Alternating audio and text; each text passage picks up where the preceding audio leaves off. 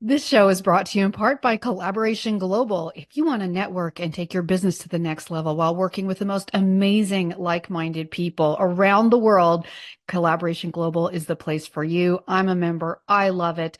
If you would like to join one of their meetings and get introduced, scan the QR code now, and I will see you there.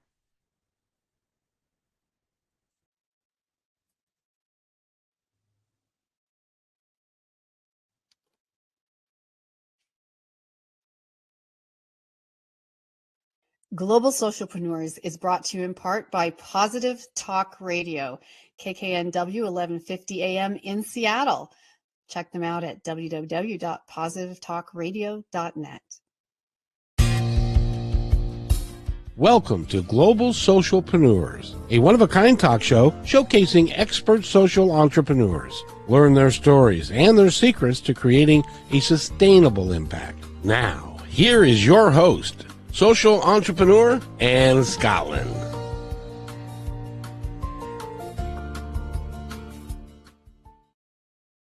Hello, and how are you? Thank you so much for joining us here on social to talk about social entrepreneurship again. Here on the show, Global Socialpreneurs. I'm so glad you've tuned in. We're streaming live today. So if you could send us a message in the chat or a question that you have for me or our guests, we'd love to answer that and see how we can increase our discussion around social entrepreneurship worldwide. So we are streaming every Wednesday. That's at 9 a.m. Pacific, 12 p.m. Eastern. So you can join us anytime on USA Global Network. So I want to get started right away and introduce you to our guest because I'm really excited to have her here today. She is really a champion for women's empowerment. And by championing women's empowerment, we're championing world empowerment. I like to include that, and I never like to exclude the guys. So if you're guys, thanks for listening today too. Science has shown that when women are empowered in their environment, their economics, the education levels, when they're in leadership positions, go up. Their children become more productive members of society. So it's a huge role to feed is women empowerment around the world. And our guest today is going to talk to us about how her social entrepreneurship group is doing that. So today our guest is Erin Attere. Erin Attere is a regional leader at Threads Worldwide. You can look them up. The link is in the notes. So Threads Worldwide is a social enterprise that puts income and resources into the hands of impact-driven women in 9 countries through the sale of fair trade artisan jewelry. So this has got so many elements in it that I'm excited to talk about.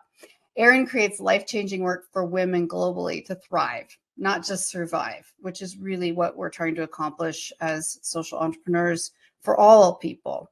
And she also leads a team of women here in the US who can leave jobs that no longer serve them or earn part-time income with meaningful work, with international travel, with community, creating community as it rises. So please join me in welcoming Erin.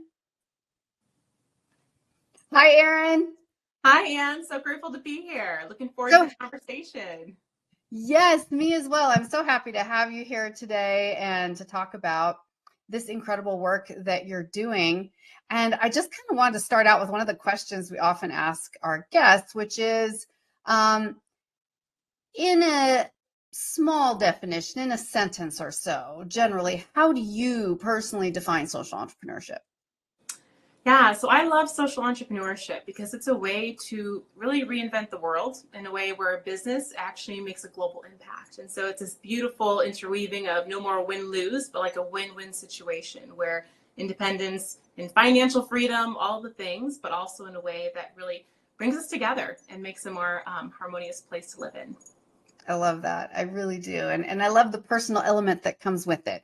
And I've talked about that before on the show, how there's such a difference in the energy behind traditional entrepreneurship and social entrepreneurship because the outcome, the goal is a little bit different. Even though everyone can profit and make money, the outcome is more people-based, social, by the way, social entrepreneurship is more people-based instead of just profit-based for that particular business. So So social entrepreneurship, the way I have defined it over the past and here on this show is in a few different ways, really three. Now, we're opening this up for discussion, and if anyone has comments, please write in. But the three kinds of social entrepreneurship that I feel solid about in their definition is one, it's a business that's helped solving a humanitarian or environmental problem.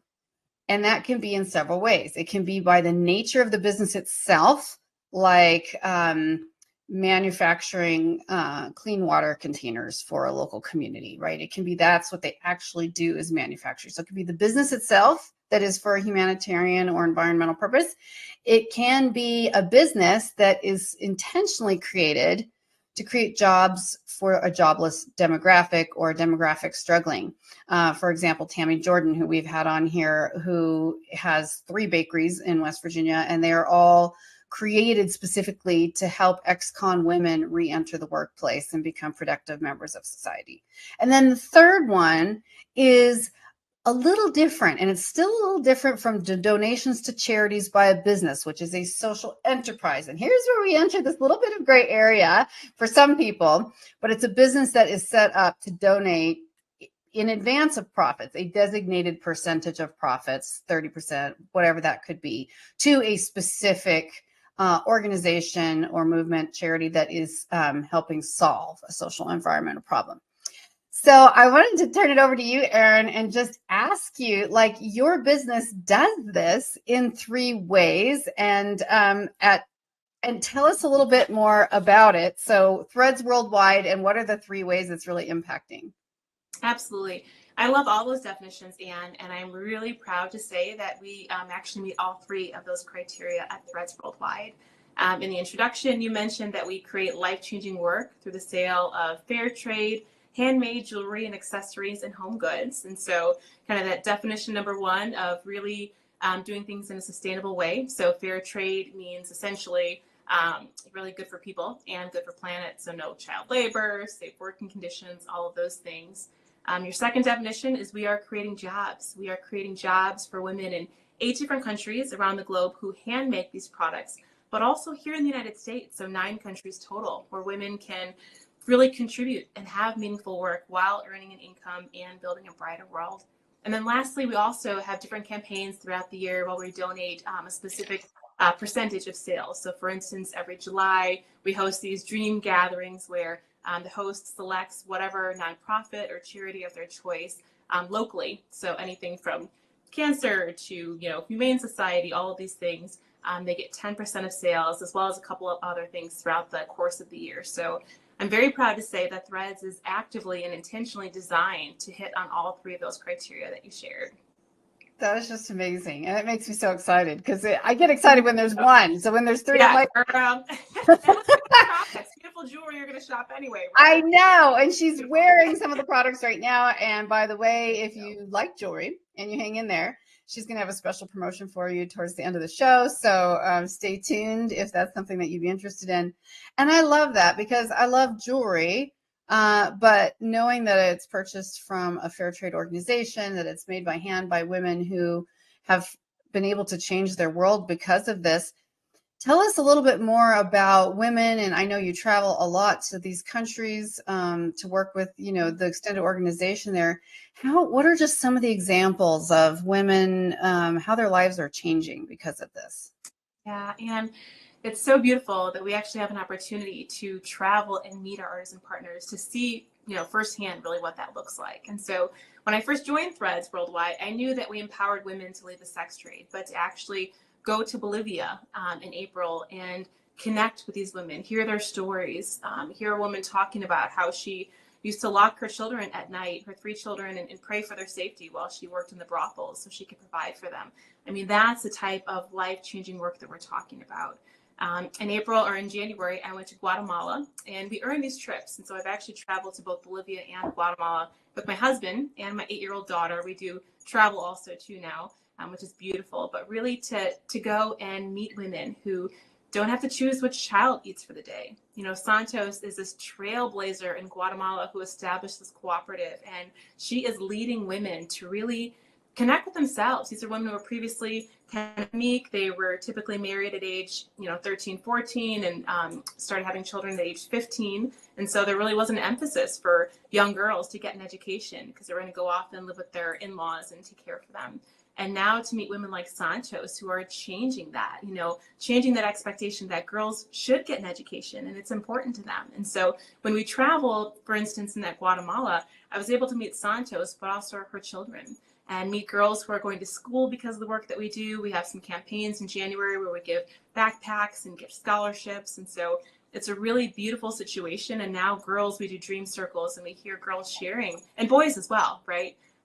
Now they're not just picking coffee for less than $1 a day or going to care for other family members, but they have dreams of becoming doctors and artists and teachers. And it's such a beautiful transformation because, as you mentioned at the outset, and when you impact, women get things done. Women invest 90% of their income back into their communities. So not just does this work impact the one individual artisan who's making the jewelry, but also transform the lives of her family members and her entire community, because now girls in Guatemala and families in Guatemala are seeing how ripple effect, what is possible. Well, this girl down the road is able to go to school, so maybe my daughter can too. Maybe she can graduate from college and become whatever it is that her dream is. And so it's so beautiful. We're headed to Vietnam next April. I'm earning that trip with my husband to be able to go and see our impact in that part of the world as well.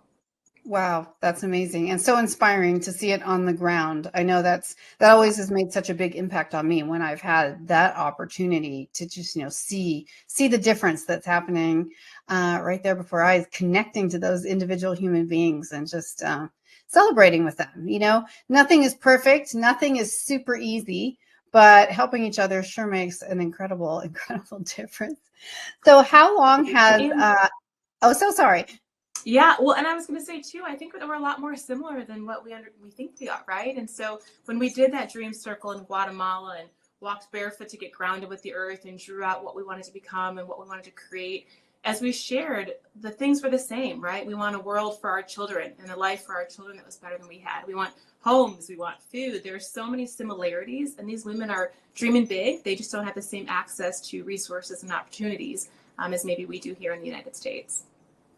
Yes, and that's exactly so. That you just touched on what I talk about all the time, which is one of the opportunities that global entrepreneurship offers us is this chance to find new bridges, to build new bridges, kind of separate from the walls. We all as human beings, we have so much more in common, as you just said, than we do have differences. And mostly in the media, we hear about the differences, and sometimes those need to be championed, but other times it's just like human to human, heart to heart, sitting beside the road in another country, talking to someone who you can, barely understand each other, and just sharing that moment, sharing a smile, just the life of a human being. And I say, I've met a lot of happier people in extremely poor conditions in those countries than people I used to know in Hollywood, for example. It's amazing how little you can have and how happy you can be. So they also have a lot to teach us. We think that we have it figured out on our end, and yet, we're not everyone is that happy, and even though they have all the things. So I love that, finding the commonality, because it crosses political divides, it crosses religious divides, and it allows us to really, really connect. So Erin, how long has Threads Worldwide been operating? Yeah, so Threads Worldwide was founded by 3 women who traveled the world, saw extreme poverty up close, knew they wanted to do something. They didn't know what exactly that would look like or how to make that happen. So we actually started 11 years ago by women who just had big hearts. They didn't know anything about international business or direct sales. And so they just started this company and figured out, hey, we'll learn along the way and make it happen. And now we're in this very beautiful space post-COVID where everyone is loving our mission, they're loving our jewelry, and really excited to join us in this journey to build a brighter world. And I think that is such a good message, Erin, for our viewers, because so many people say, boy, that sounds amazing, but I have no idea. I don't know how to, I have no idea how to open an international business. I have no idea how to make direct sales. I have no idea how to set up a social entrepreneurship. So it's really exciting that so many other people didn't either. And part of the purpose of this show and everything I do is bringing those people together so they can learn from each other, so they can, we don't have to reinvent the wheel again. You know, whether it's in our masterminds or our community, it's like people coming together and be like, wow, I know you can do this. And this business was an incredible resource for us. You might reach out to them or someone like them in your community. What are some of the elements of your sort of the, you know, Threads Worldwide business plan that you think have been really the most effective? Yeah.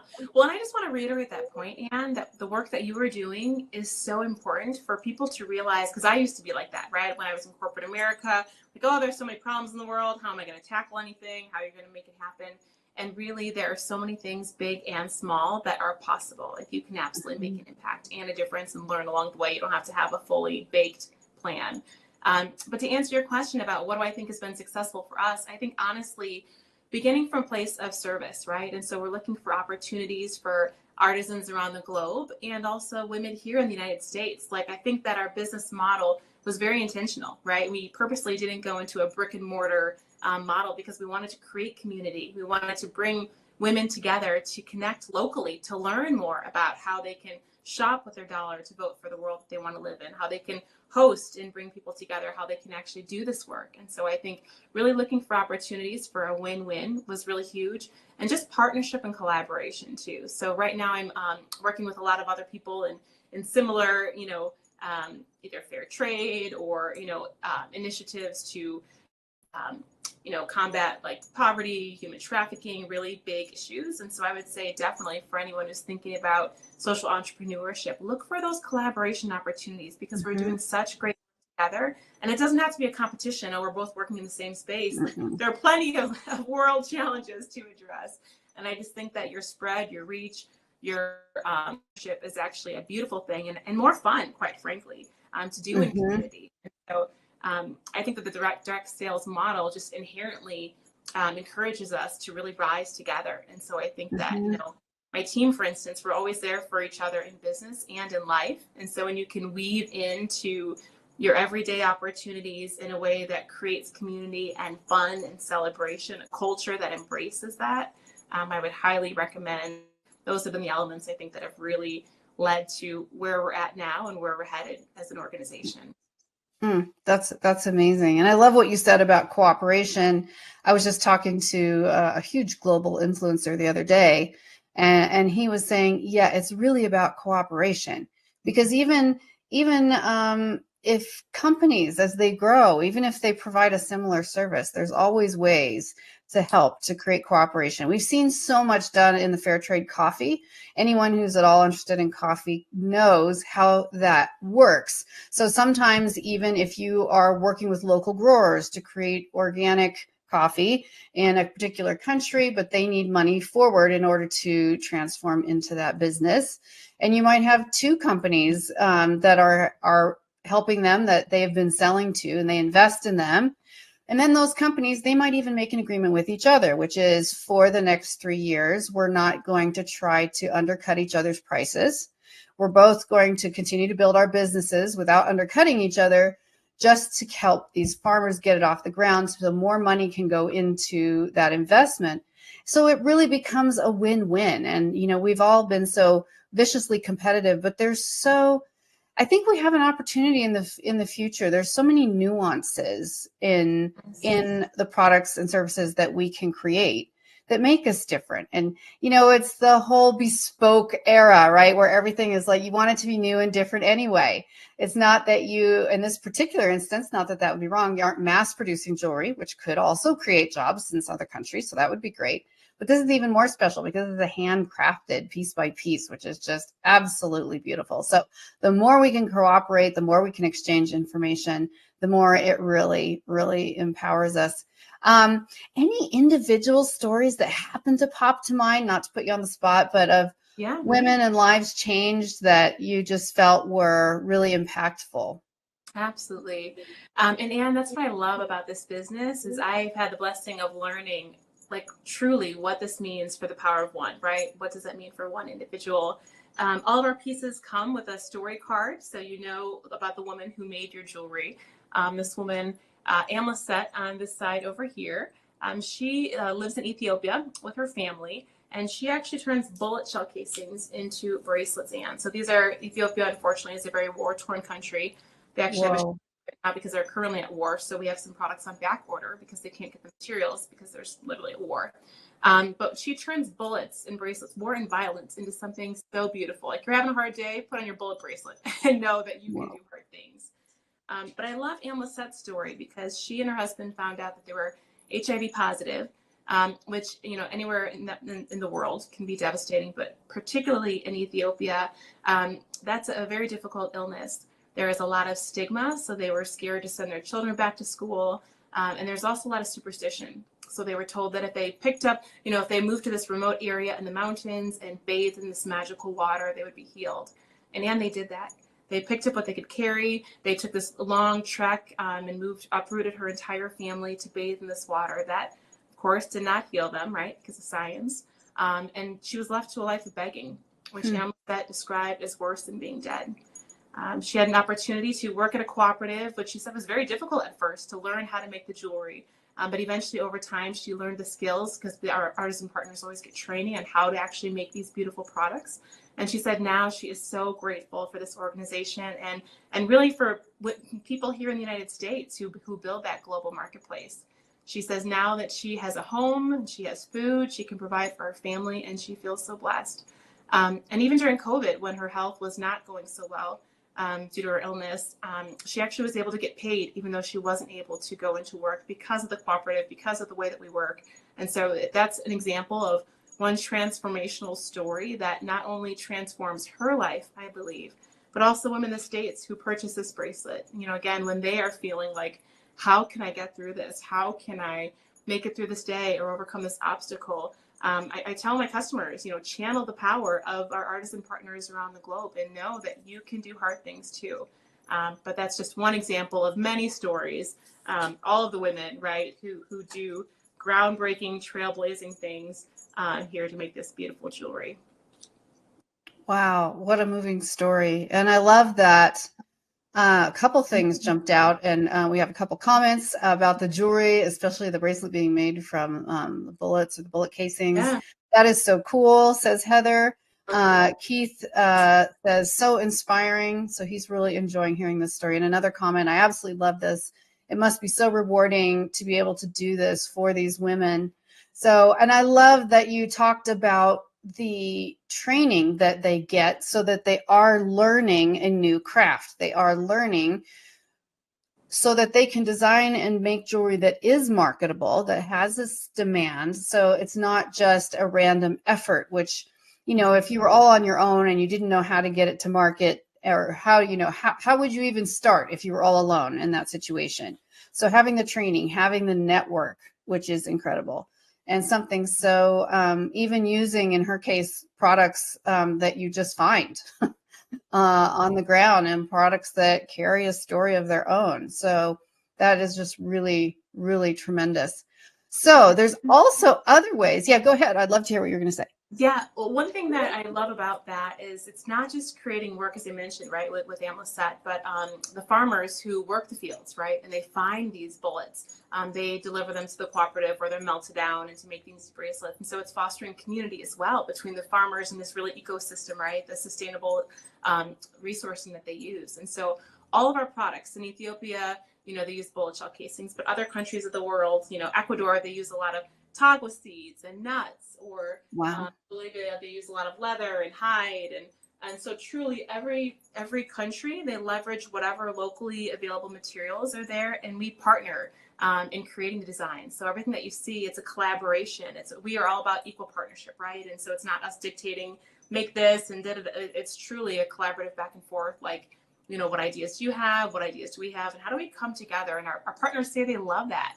They love really having a voice in the products that they are creating. And for women in India, for example, who previously were in the sex trade, now they're the first metalsmithers in all of that country, because that's typically a role reserved for men because of the higher income. And not only do they get to work hard through those metals and do all that, but they have a voice in the creation, which is so important in that shift of identity from perhaps victim into, no, you're the first metalsmither in the entire country, girl. It's just such a beautiful thing to be a part of. Wow. That is just so moving and exciting. Yeah. The idea of being involved, and I, like you said, having a voice, And that's something I've been talking a lot about recently too, is of having a voice for the voiceless. We can help give them that. We can help create that ability. And that is domestically as well as internationally. Some of the most hardworking and creative people are dismissed because of so many reasons, whether it's their economic status or race or any other number of things, handicaps.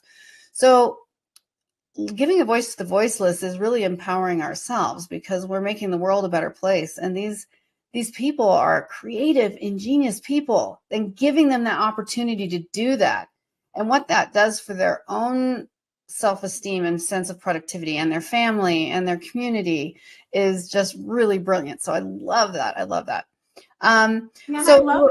Yeah. Sorry to interrupt. I think that's so important, that what you said of, it's not just giving the voice to these women abroad, which is absolutely important. What I've learned is the power that comes even with the women here in the United States, myself included. For a long time, I joke I'm a recovering perfectionist and people pleaser, right? We have this idea, check these boxes, get the good grades, get the good job, do all the things. But really, sometimes we have work to do on ourselves too. And I find that I started this business to empower women globally, but I've really found so much joy in coaching women in the United States to really gain their confidence back, to really know who they are and what their unique gifts and talents are in this world, and to coach them into financial freedom, to really have this work that they're proud of and that they love, and so that they can live a life that is joyful for them. To stop, I used to miss my kids' birthdays because of business travel. I was making nice six figures, but I was really not focusing on the important things in life. And so I love that this work transforms women globally, but also in the United States, to discover their voice, I would even say, and then live into that as well. Well, that's a perfect segue, because that's literally what I was going to ask next, which was a little bit more about what's happening on the ground here in the U.S. If you want to just give us a little example of the kind of work where you're doing here more specifically.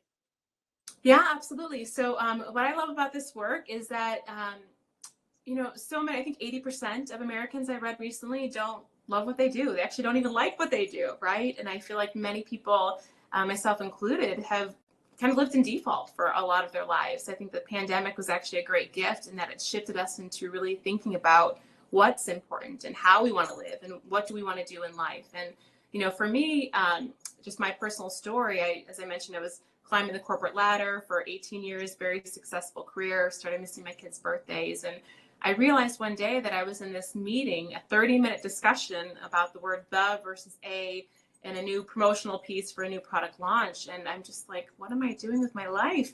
And this was on the heels of a conversation, a Zoom call with, at that time I started very part-time with with Threads Worldwide. And we had a Zoom call with women in India who were debating going into the brothels that evening. And so just the contrast there, I was like, wow, I felt called to this work. I need to really do this. And for me personally, I'm back on that path to earning six figures, but in a way that is meaningful and allows me to be the volunteer in the classroom tomorrow and really live in a life that I feel proud of.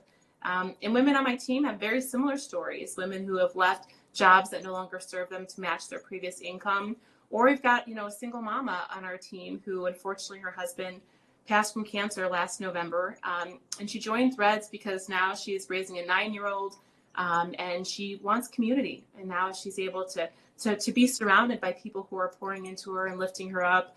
She's able to make an extra income. She does this work part-time, but has really fallen in love with this. And I really think that the transformation that happens when women start to build their confidence, surround themselves in community, and become part of something that's bigger than themselves, it's transformative. And she said that, even 2 months in, she said, wow, my confidence is so much clearer. I feel like I'm a better mom.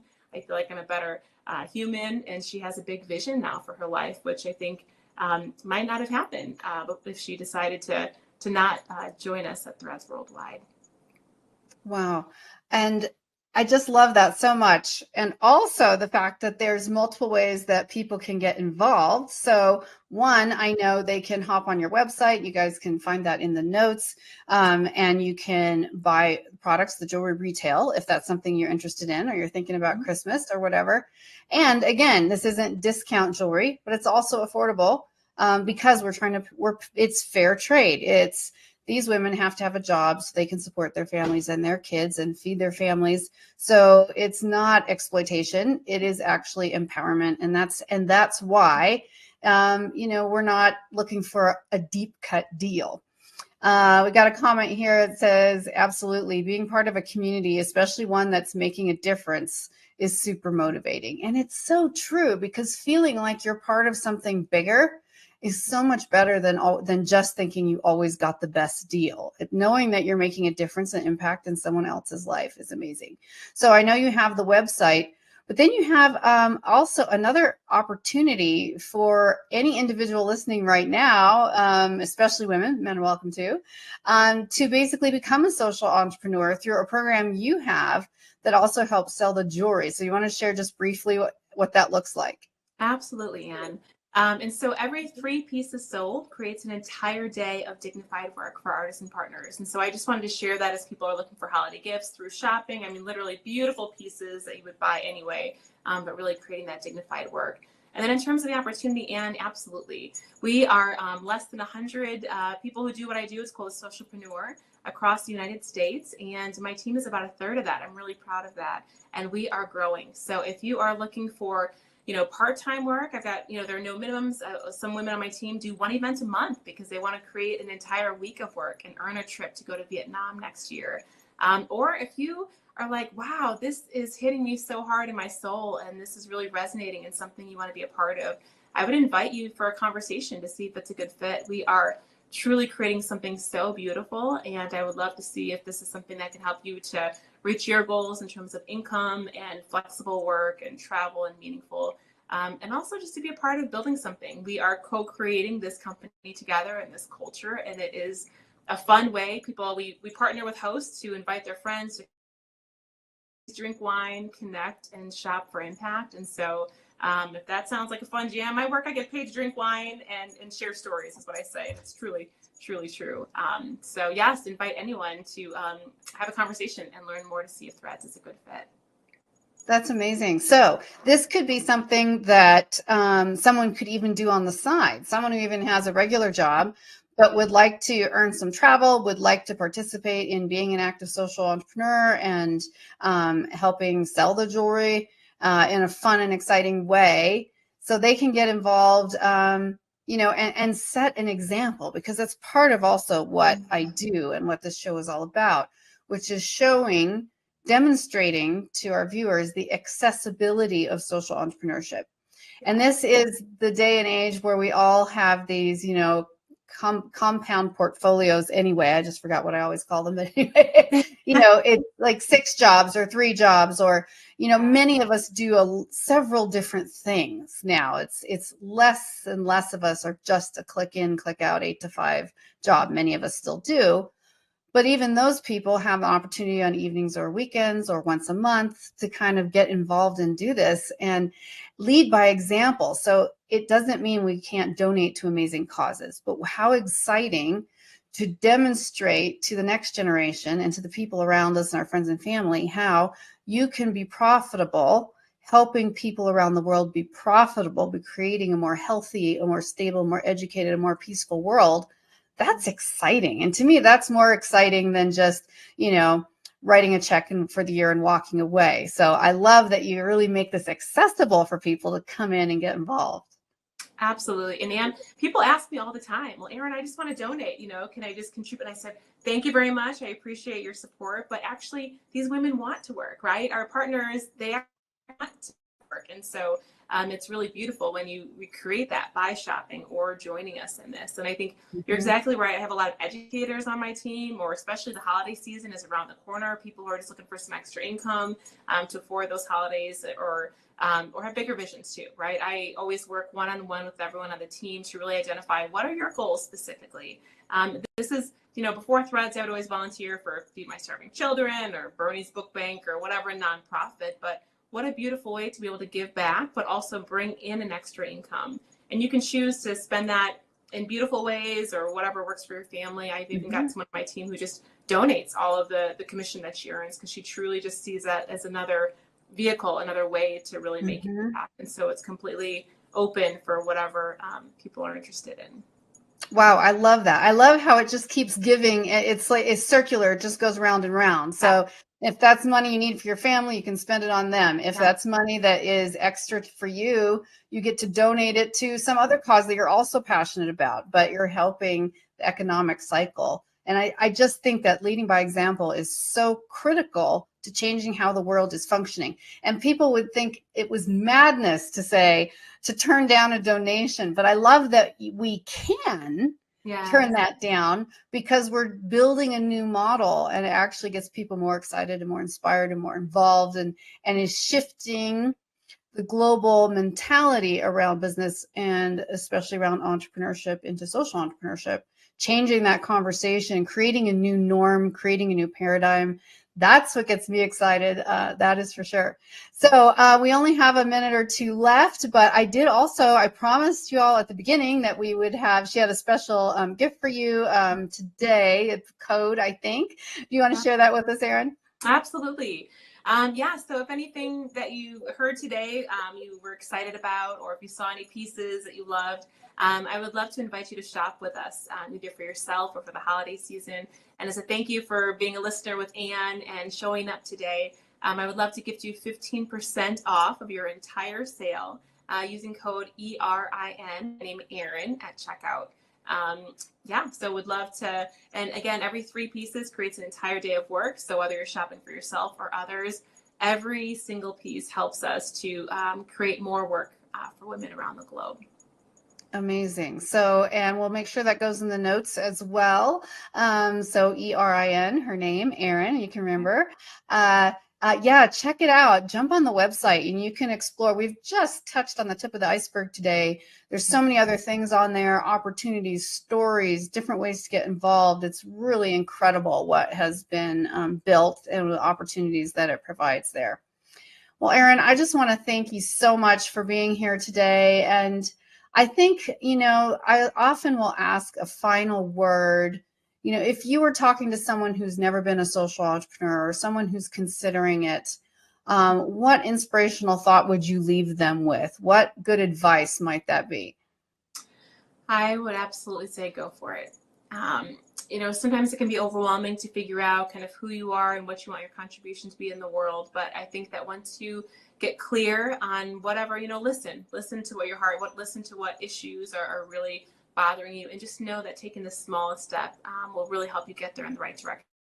Over time, come together, but really follow that purpose and passion, because it is a journey and it is so much bigger than you could have ever imagined. Anne, you talked about really kind of setting that example, and we're partnering with nonprofits right now for custom bracelets, right? And that was never something in our vision before, but you never know how big your dream can get until you start taking those action steps and really making that difference in the world, because it's so rewarding, not just for the world, but for yourself. And we need you. So pursue that passion, figure that out, and there are people there to support you, especially if you're working in collaboration.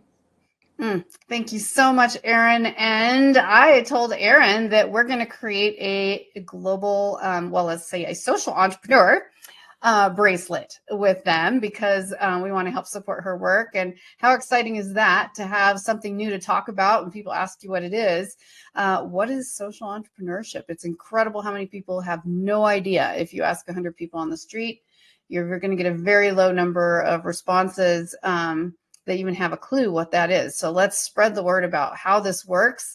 The conversation, share with people the show, tell them where they can find it on USA Global Network.